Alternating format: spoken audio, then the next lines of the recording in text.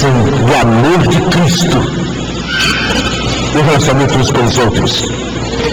Quando testemunha da ressurreição dele, testemunha do poder de Cristo e da vida dele ressuscitada dentro de cada um deles. Mas em Corinto, distorções começaram a entrar. Ele diz, que está no verso 19, ou melhor, verso 21. Bom, vamos no 19 por causa do contexto. Já tem importa que haja entre nós diferenças para os que têm a aprovação de Deus se manifestam no vosso meio. Quando vos reunis no mesmo lugar, não é para comer a ceia do Senhor. Pois quando comeis, cada um se apressa a tomar a sua própria ceia. Assim tem fome, outro se embriaga. A sua própria ceia aqui se refere ao seu almoço, ao seu jantar. A palavra ceia em vários idiomas significa a principal refeição em algumas culturas, que é o jantar.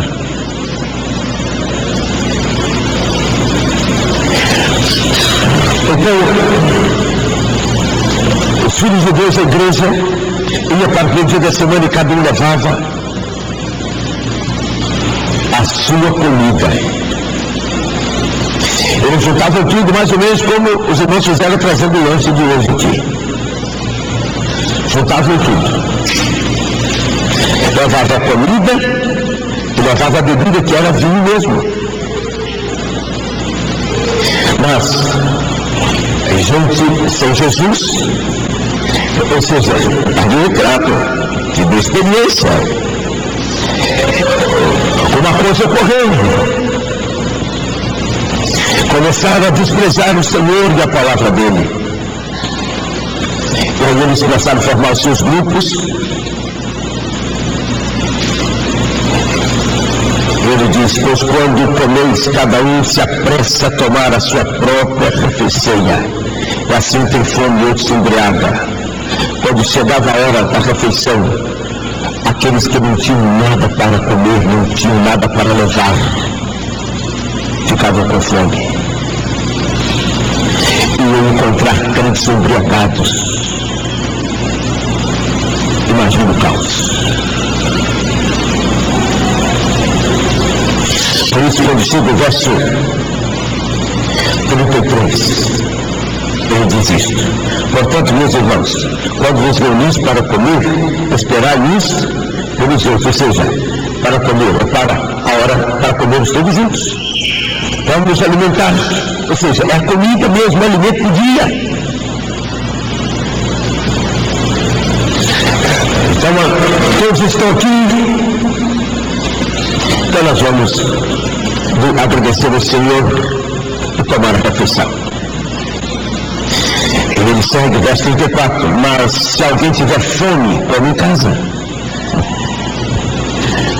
Ou seja, você não aguenta esperar a hora da refeição corporativa, você não aguenta esperar a hora do alimento compartilhado, do agape. Então, não saia de casa em jejum. Pode ser que haja algum pastor que quando começa a falar não para. 3, 4, 5 horas. Eu digo aos nossos irmãos da congregação da comunidade e a vez chamar em Campos que domingo não é dia de sair de casa em jejum. Domingo é dia de levantar-se e tomar um bom alimento.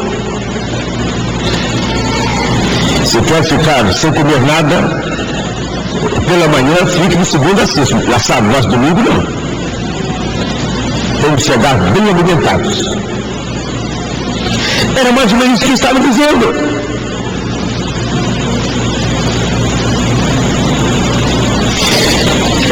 Se alguém tiver fome, come em casa.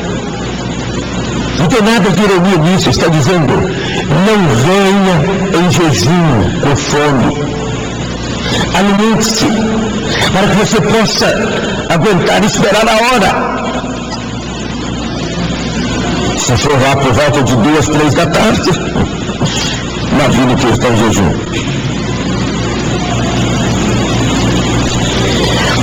Mas se alguém tiver fome, come em casa, para que não vos ajunteis para condenação. No final desta refeição, no primeiro dia da semana, era servida a mesa, cada um levava o que tinha. Quem não tinha nada, levava o quê? Nada. Quem não tinha o que comer em casa, quem tinha o que comer, uma porção minúscula, levava o que tinha. Muita gente não tinha o que comer, porque eram escravos e em outros momentos de perseguição.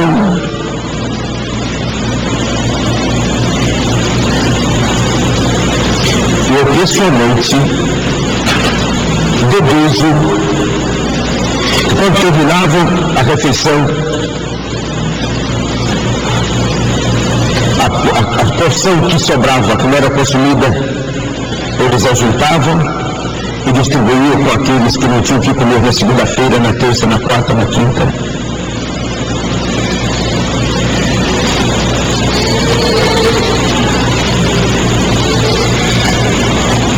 Mas quando terminava a refeição, todos se alimentaram. Agora, uma porção do pão servido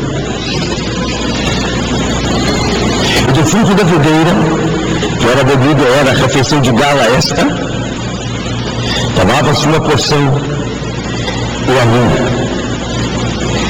esta porção era a celebração de Jesus como alimento diário,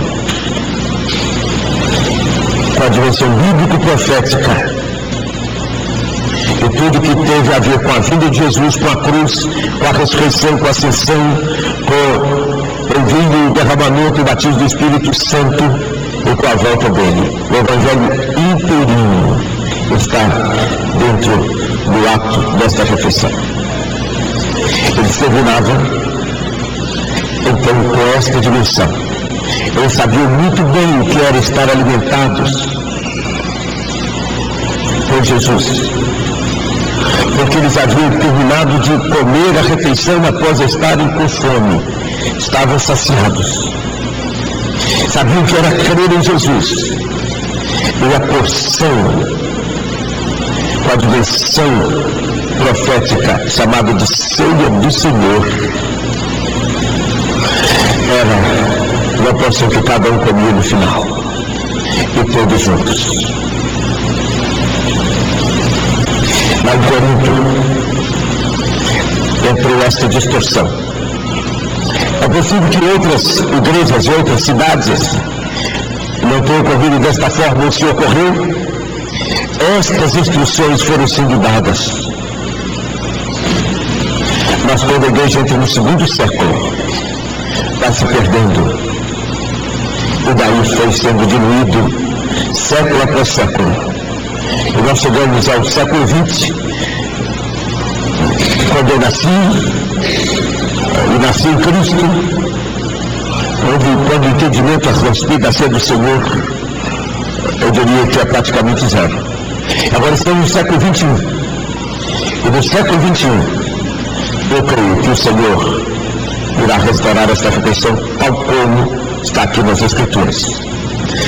Mas a pergunta que me foi feita é simplesmente isso. Olha só, se alguém comer a ceia indignamente, a igreja será prejudicada? Isso traz doença para o corpo de Cristo, a igreja? Quer dizer, 2 perguntas dessas eu gasto 2 horas para responder. Se vocês perceberam que eu estou respondendo a pergunta,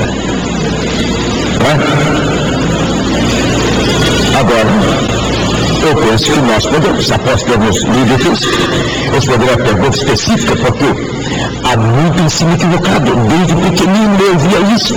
Eu cresci, tive o privilégio de crescer dentro desta previsão de Deus. Quanto medo e quanta ideia equivocada, quanta feitiçaria está na cabeça das pessoas com respeito à ceia do Senhor.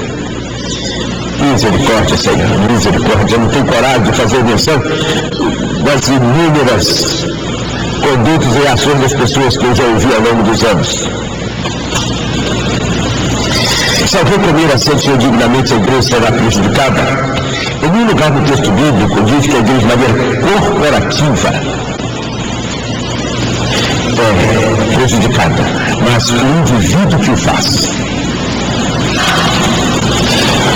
Nesse texto onde temos as instruções em detalhes, toda a palavra com respeito ao de servir o corpo de Cristo, ao tratar dignamente, comer dignamente o indivíduo. E então chega no verso que diz: examine-se o homem a si mesmo, antes de comer desse pão e beber deste cálice. Então é o indivíduo. Digamos que